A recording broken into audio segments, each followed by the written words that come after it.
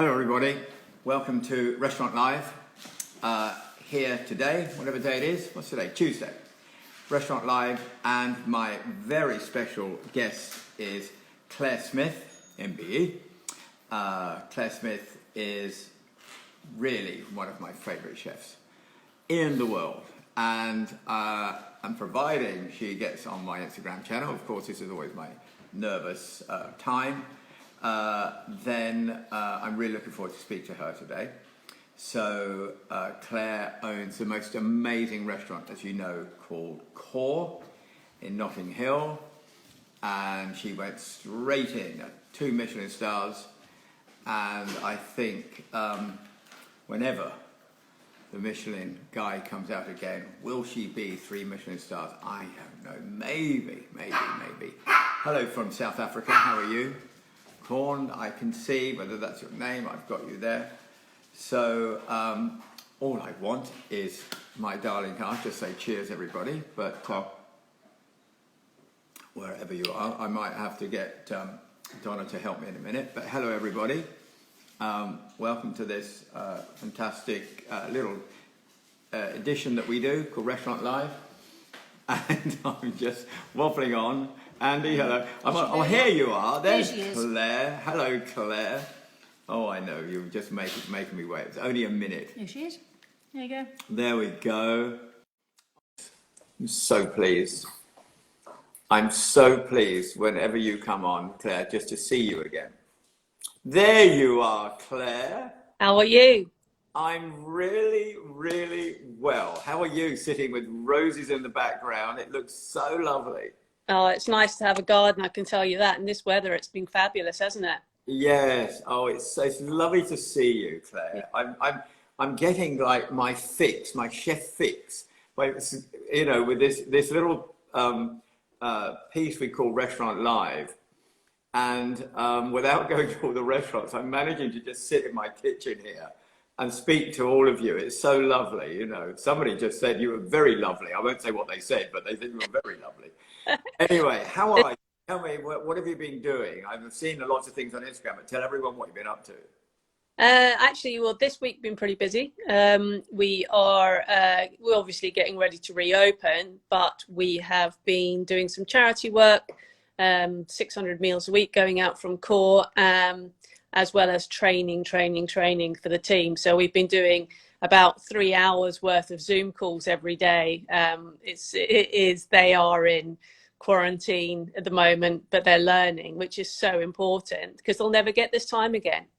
No, I mean, you know, whether you saw it, when I say you're one of my favorite chefs, I mean, you really are one of my favorite chefs. I mean, you are an absolute master in the kitchen.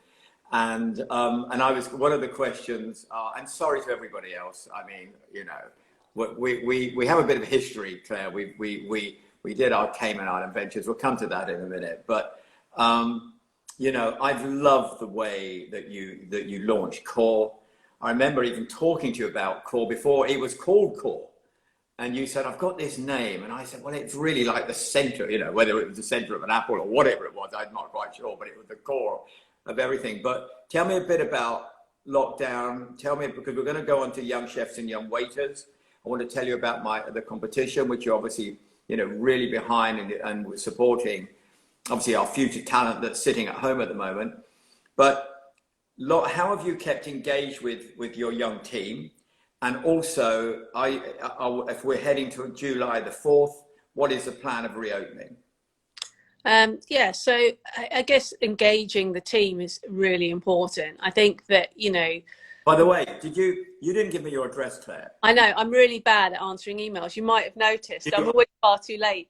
And then by the time I was like, there's no way they're going to get it to me on time. You are terrible at answering emails. You are terrible at answering. I know. So I have got the champagne, which is very free. They will, if you send me your address, they will send it to you. Oh, wonderful. Okay. Wonderful. Right. Anyway, sorry, I interrupted you. No, so engaging with the team is so important. So at Core, anyway, we always do training every Wednesday. So we have an hour's worth of training every Wednesday, and it's really important because knowledge is power. it's confidence, it's everything in this industry, as you know. And with young people, I think, you know, we're in danger of losing a lot of that, and particularly in the UK. And we've spoken about it so many times. Yeah. You know, that education about history of where we came from. You can't look forward if you don't know the past, so you don't know history. So this time we've really set them tasks. So they have literally covered everything from human evolution and how we discovered fire, to cooking, to that evolving the brain, to the first restaurant in the world, the first chefs, right up until the modern day. So that's what they've been studying.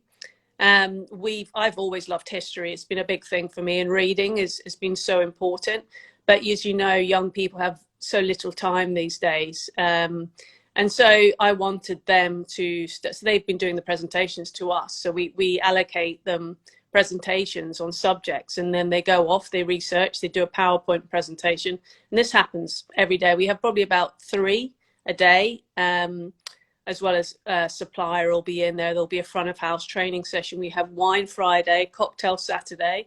And because they won't have this time again. And it's so important to learn. It's like, I say to them, it's like putting money in your bank account, you know, for savings. The more you put in now, the more you can withdraw later in your career. And it's so important. I love it. I mean, everything. Claude Bose is saying hello, by the way. And I've just seen a chef from Bucharest. I can't remember him, but anyway. And somebody from Japan has come on here. So it's amazing. I love these Insta lives. But that is you, though. I mean, it just epitomizes you and the way that the detail you go into, you know, with your cooking, but not only your cooking, the amount of training and detail that you give your team, you know. I mean, it just is you all over. I love it, you know. Hello from Virginia, somebody from Virginia.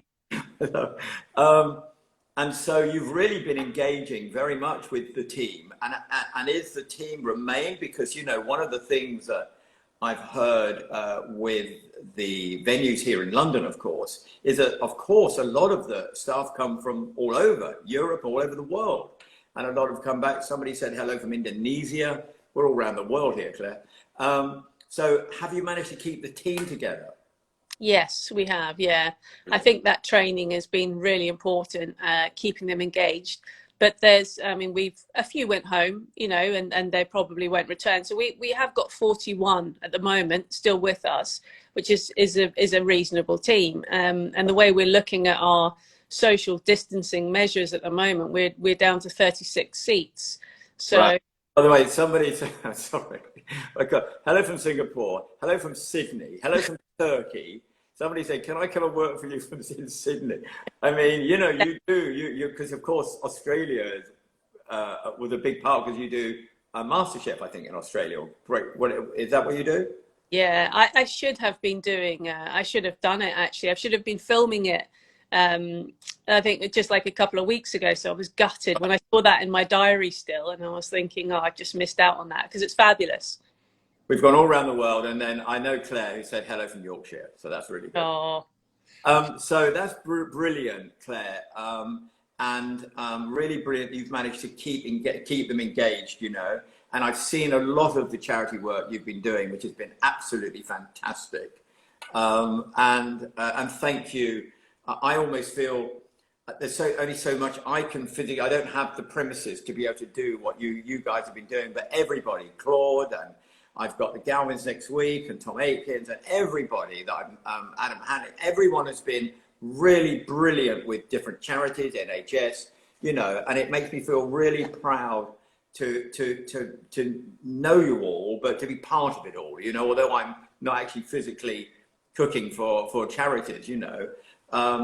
So that's amazing. So one of the things we're going to talk about is Young Chef, Young Waiter, which, you know, you've been great to sort of send messages to our team. Hello from Hong Kong. Hello from Hong Kong. And you know, what I loved about the way that we redesigned and restyled Young Chef, Young Waiter in 2019 was that we took this 40-year-old competition and we wanted to bring it right up to date. And what we did, we made all of the applications and all of the judging right through to the very final bit online. And so, of course, it's become absolutely perfect for this year because everyone's at home right now and everyone is either engaged but sitting, you know, doing whatever they're doing, waiting for the restaurants to open. So I was so worried that, you know, not everyone is Clare Smyth and Core and that group. You know, there are companies out there with many, many, many chefs and waiters. And I was so worried that I wanted them to keep engaged and motivated in really what is a terrible time for our sector, our industry. You know, it's a tough, tough time. And so it just by almost default, the way we set it up, it's just the perfect competition for the perfect time right now. So they can all apply and, you know, love some of your young team to apply. But what it really was to send a message out to all young chefs and waiters, 26 and under, that really, you know, apply for this competition, be part of it. And it just keeps you engaged and keeps you inspired, keeps you motivated, I think, you know, and I mean, you do that naturally, but for our young team out there, I think it's a perfect competition right now. Yeah, and I think it's just the perfect time to enter a competition like this. You know, we are facing a lot of difficulty in the industry at the moment. Venues probably won't be as busy as they have been, so they're going to have time on their hands. So this is a perfect time to enter it and really study and really work hard and make a phenomenal competition, because it's not about winning. You know, it's not all about the winning. If you don't challenge yourself, you don't learn anything. I mean, you've got people have literally nothing to lose by entering these competitions. They, you know, this one as well, particularly with the young waiters, it's so important. As you know, we always talk about it. You know, front of house. There are three parts, I think, to every great restaurant. It's the food, the service, and the sommelier. So they're all equal. And without the three parts, it's not a great restaurant. You can't be great. And we always have chef competitions, but we forget about the front of house. So bringing them together is so important. And they're meeting each other. They may form lifelong friendships and partnerships in this industry. You know, we all carry on this career and we still work with and know people that we met 20, 30 years ago, or maybe not 30 years ago in my case, but 20 years ago. 30 years ago in my case. You know, we make these friendships and people's careers go on parallels throughout, and you need each other, and it's really important to form these relationships now at a young age. What we did with Rich Henderson, somebody here, you're an incredible chef, Claire. Well, you are an incredible chef. We did with Rich Henderson, who won the competition, the chef competition last year, and Alessandro. And he always forgive me because I can't pronounce his surname, but anyway, it's a great Italian name. But they both, Rich is now with Tom Atkins and Alessandro is at the Dorchester. But what we've done with those guys is they now automatically become ambassadors of what we call the new style competition, the old style competition with the Marcus Warings and Mark Sargents and Nathan Outlaws and all these amazing, Simon King and Simon Gerling and all these people. We've got this new sort of, it had its own period of time when it wasn't active, and now it's active. So we've got these new ambassadors, and they're now going to be judges as well. So we're going to keep the winners, but all of them, Rich and Alessandro, they had a Zoom call with all the other finalists the other day of last year. So they've all kept in touch, and it really, you know, that's what it's all about. Because as you go through your career, you know, hospitality is vast, and yet it's so tiny. The heart is so tiny. It's amazing. We call it vast, but you know, once you know a few people, you know everybody, don't you, in the industry? Yeah, it's amazing. Couldn't agree more. Just even with this lockdown, you know, it was like when things were starting to, you know, thin out, as you say, our restaurants started to be less busy, and, you know, it all happened so quickly, and we were all under tremendous amounts of stress and pressure.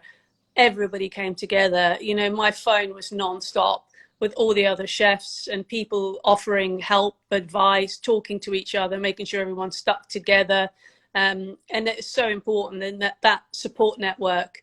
And, you know, I've got amazing friends in this industry, like Claude just popped on there and said hi, but amazing friends. And we all talk to each other and support each other. This is a tough time, you know, and even just, you know, mentally through particularly that lockdown, not knowing what was going to happen. I mean, we still have huge uncertainty. Yeah. You know, we're on the phone to each other all the time. What are you doing? What's your plan? What are you doing with your wine list? What's the, you know, so we're all stick together and help each other out, and we come up with a plan. I mean, we just have no guidelines yet. This is the today or yesterday. Well, we thought they were coming out yesterday, so these guidelines come out. We hope that it's July the 4th. That seems to be the day that everyone is working to, of course.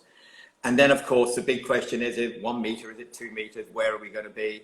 But what is encouraging, and you would have seen it, I'm sure, around the world, people have gone straight back into restaurants. They are really supporting it. Switzerland, Berlin, you saw France this morning.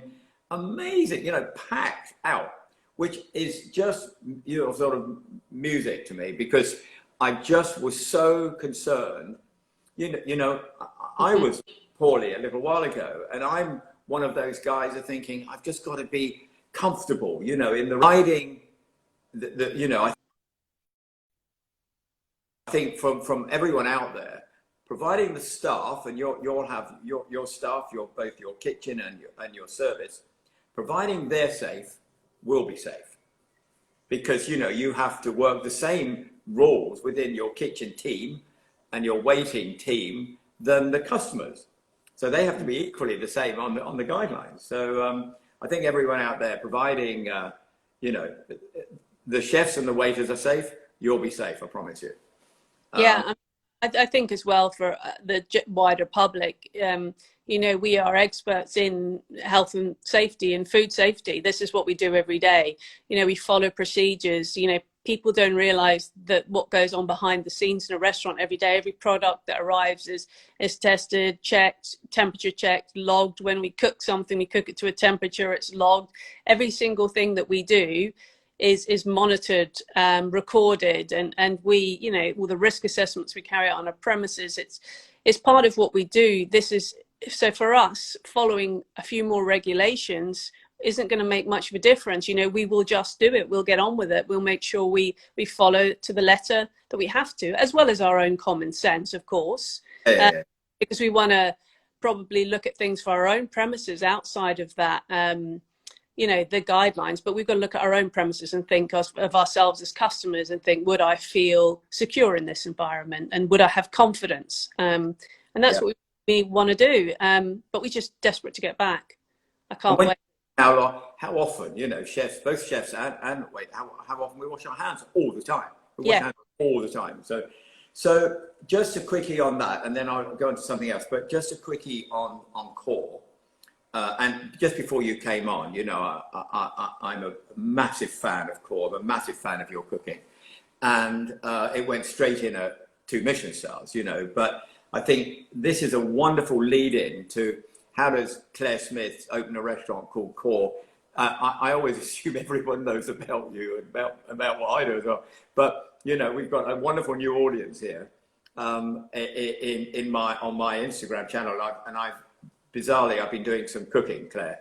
I know. And actually, I've done now 60 videos. Amazing. Videos of all kinds of things, and we're having great fun, and everyone's enjoying them.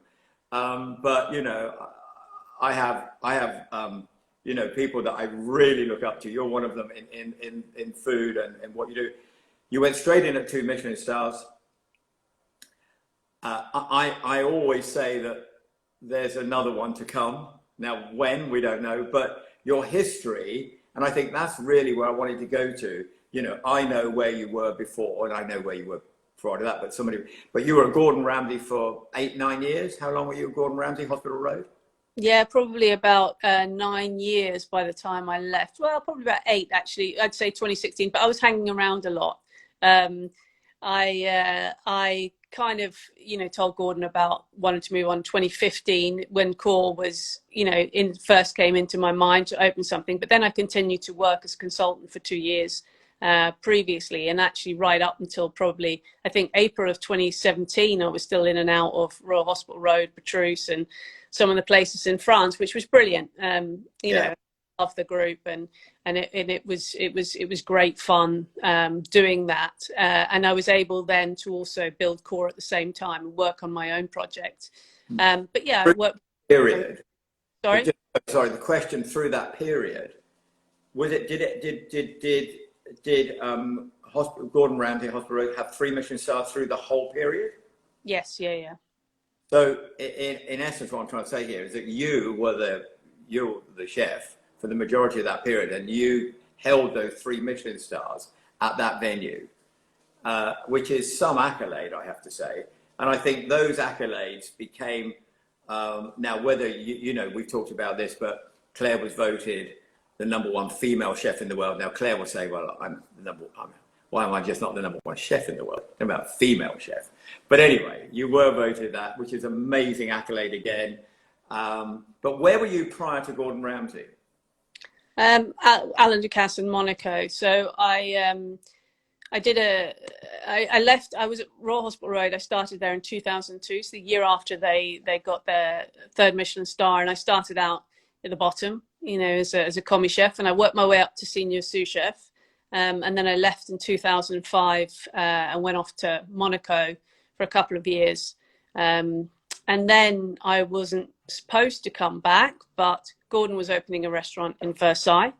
And at that time, I was looking at coming back to London. And Alain Ducasse actually offered me executive sous chef at the Dorchester at the same time, which he was opening in London. Gordon was opening in Versailles. Somebody said here, Claire is way better than Gordon. Yeah. Yeah.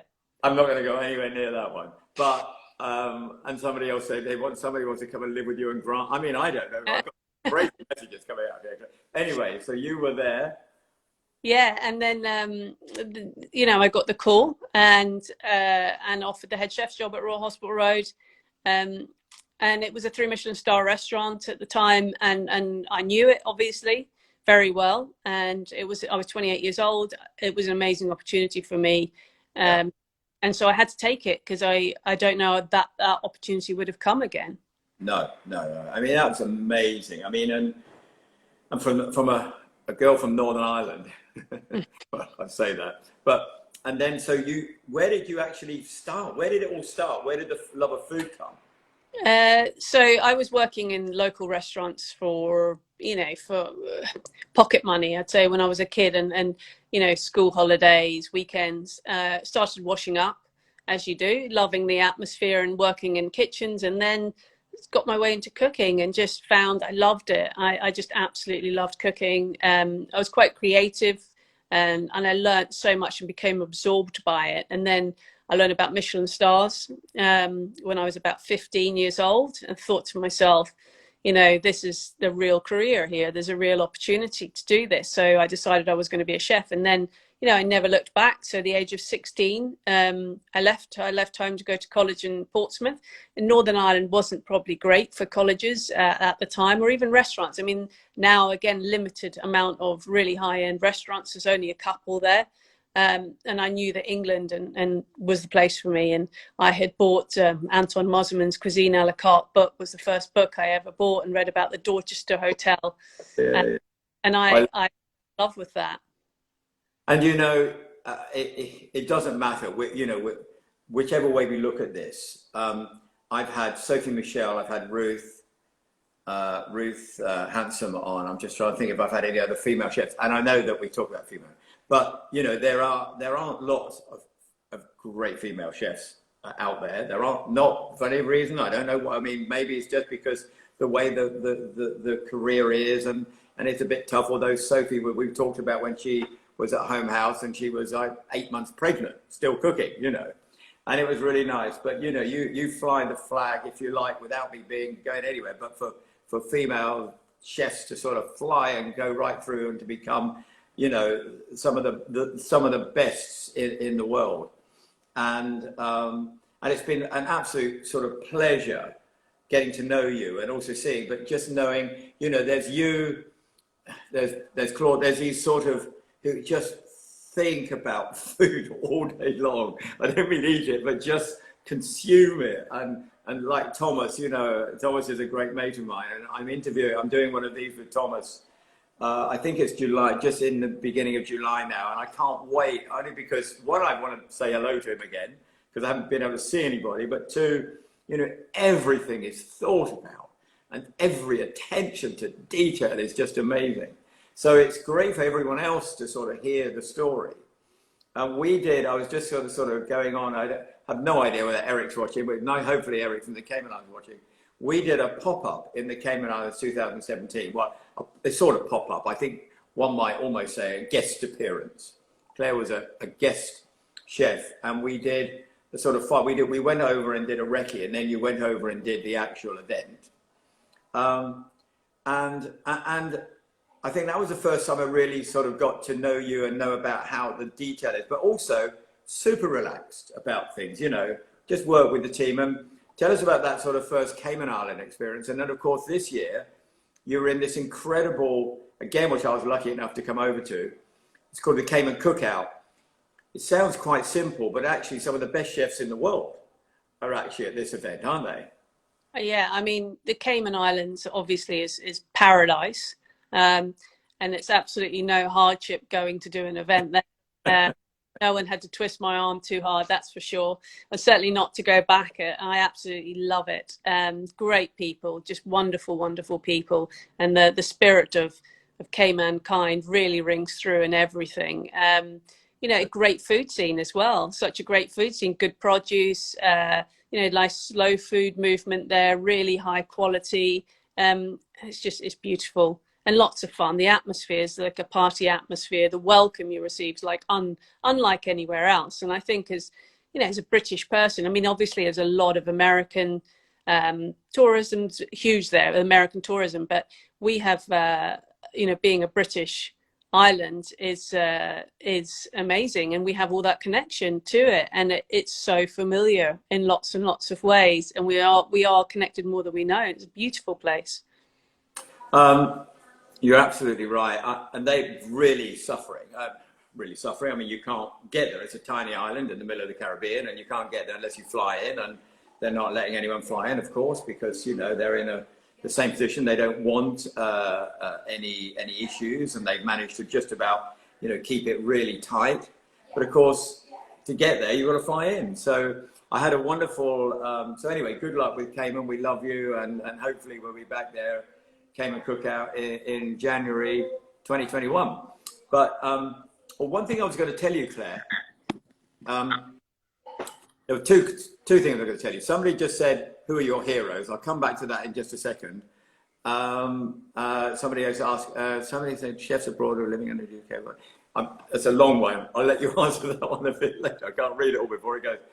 But one of the things with Young Chef, Young Waiter that we did, there were two things I forgot to tell you. First of all, for everyone out there who enters Young Chef, Young Waiter, this might just inspire some of your young talent, is the winning chef and the winning waiter will win a Mercedes each for a year. So it's quite a good prize to enter this competition, including insurance, somebody said. Yeah, including insurance, yeah. Which is a really good. So I'm super happy to have Mercedes on as one of our partners, which is fantastic. And the other thing that you didn't know was we had planned for the final of Young Chef, Young Waiter was to be on the Expo stand in Dubai, on the UK stand. And it was to showcase the UK hospitality at its best, having the finals of Young Chef, Young Waiter. Now, that is going to happen, but it's going to happen in 2021, because obviously the Expo is now 2021. So it just goes to show, isn't it, how important, you know, hospitality in the UK is the third biggest employer, but also how we have taken this sector, if you like, you know, and people like you and some of the amazing chefs I've had on this little restaurant live have developed our food and our service to the highest level to make London, you know, the food capital of the world. And I suppose really, so I go back to your heroes, and also, you know, the way forward, you know, developing your talents and where are we going to go with it now? You know, we're in a strange period, but so go back to your heroes first. Somebody's asked me, you know, who are your legends? Who are your heroes? I always say there's three for me, always been the same, still are to this day, is Alan Ducasse, Gordon and Thomas Keller. And they've always been the biggest inspiration to me. Three very different chefs, three very different management styles. And, you know, obviously I worked for two and I spent a few weeks in Thomas Keller's kitchen at the French Laundry and in Per Se when I was younger, back in 2004.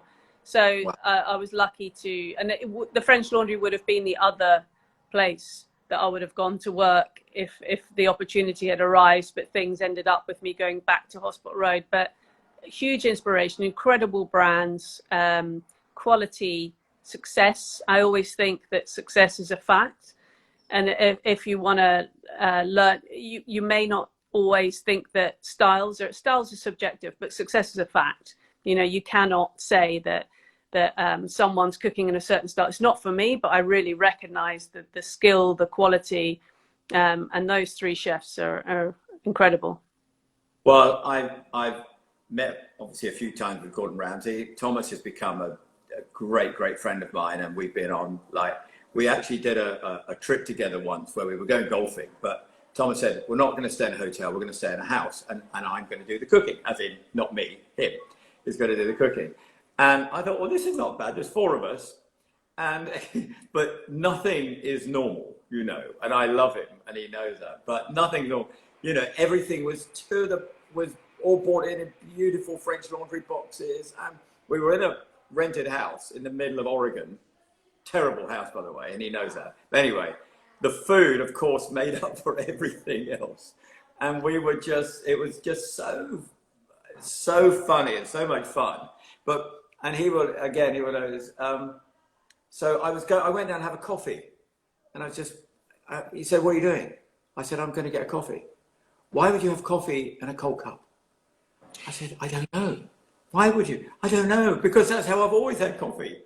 He said, warm the cup. But I don't know what, but everything is down to the finest detail, you know.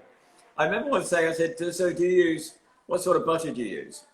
He said, well, we have all kinds of butter. And I said, so do you use salted butter? He said, well, we do, but we source our own salt. You probably do the same thing. And we source our own, like, dairy cows. And we do everything, and we make our own butter depending on which. So many different butters and so many different dishes. I mean, it goes over, you know, for me. But he is, whenever he speaks, you just listen, don't you? With somebody like him, absolutely love it. And you know, Gordon, when people, you know, they say all the things about Gordon. You know, Gordon better than most people. You cannot have a 3 Michelin star restaurant running in the level he's had. I don't know how long he's had 3 Michelin stars now, but for a long time, must be 10, 12 years or so, without being an amazing chef, you know, without knowing the business. And so you can see all the sort of other stuff, the TV stuff, but he is an amazing chef, you know, there's no two ways about it.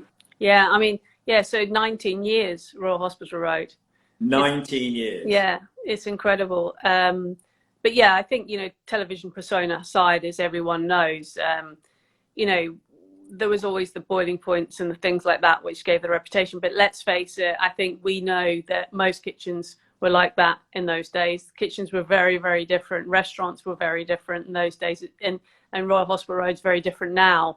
You know, the industry's evolved tremendously. But someone was asking, actually, I saw someone put a question up there and saying, which female chefs would I admire? And, you know, that's interesting because, you know, when I was growing up as a chef, there weren't really any top-end female chefs. That's why, you know, the people that I was admiring and my role models are men. But today, would I be a young chef and other female chefs that I really admire? Dominique Crenn, Anne-Sophie Pick, Carmen Ruscaeta. I mean, now there are phenomenal female chefs, but also someone like Carmen Ruscaeta, for example, people don't really know very much about her. You know, someone that opened a restaurant, won 3 Michelin stars off her own back, but we don't talk about it because she doesn't publicize herself very much. Right. Right. but an incredible woman, businesswoman. She has a 2 Michelin star in Barcelona now. I think she still has a 2 Michelin star restaurant in Japan. The 3 stars she closed. But, you know, there are phenomenal women chefs out there. Dominique obviously won her 3rd star the last couple of years. And Sophie's brand is phenomenal. I mean, you know, what a brand. And I don't know, she's 7 Michelin stars at the moment and growing. She's just... We And had more, two. I think she's probably more actually. But yeah, what the Pick brand is, you know, she took over the family name, and the 3 star. But you know, she's built upon that, and it's phenomenal. So yeah, Story.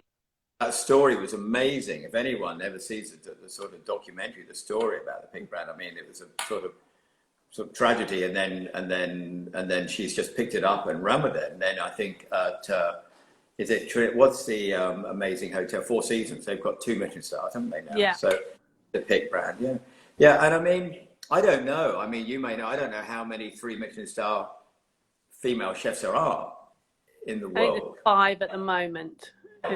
Yeah. Soon be 6. Yeah. Well, we'll see. We'll keep working. Who knows? Who knows? You know. I think. Well, I mean, you know, look. Again, I'm going to go up, but it's the most incredible. And the demand now for you, Claire. I know that when we went to Cayman then, and I know each year you go to Australia to do MasterChef, which is, you know, you're literally out there filming MasterChef, then you're flying back, and then you're going here, there. And then you also have, you know, you've got to keep literally hands-on. I mean, I don't think I've ever been to Core without seeing you in there, to be honest. So, you know, to do all the things you do and then to go off and do the other bits and pieces, building a team that can work it when you're not there to start with, and then doing all the other things you do and the demands that you're under, because the more popular, what is the word? I'm trying to think of words that are not going to go like, the greater you become, the more demand you're in. But I'm trying to sort of think of words that you like, because if I go down that line, or somebody from Mexico, thank you, Mexico. But it's just the demands, isn't it? How do you cope with it all, you know? Having a great team is really important. You are nothing without a great team. And the more you invest in your team, the better you are, the better I am.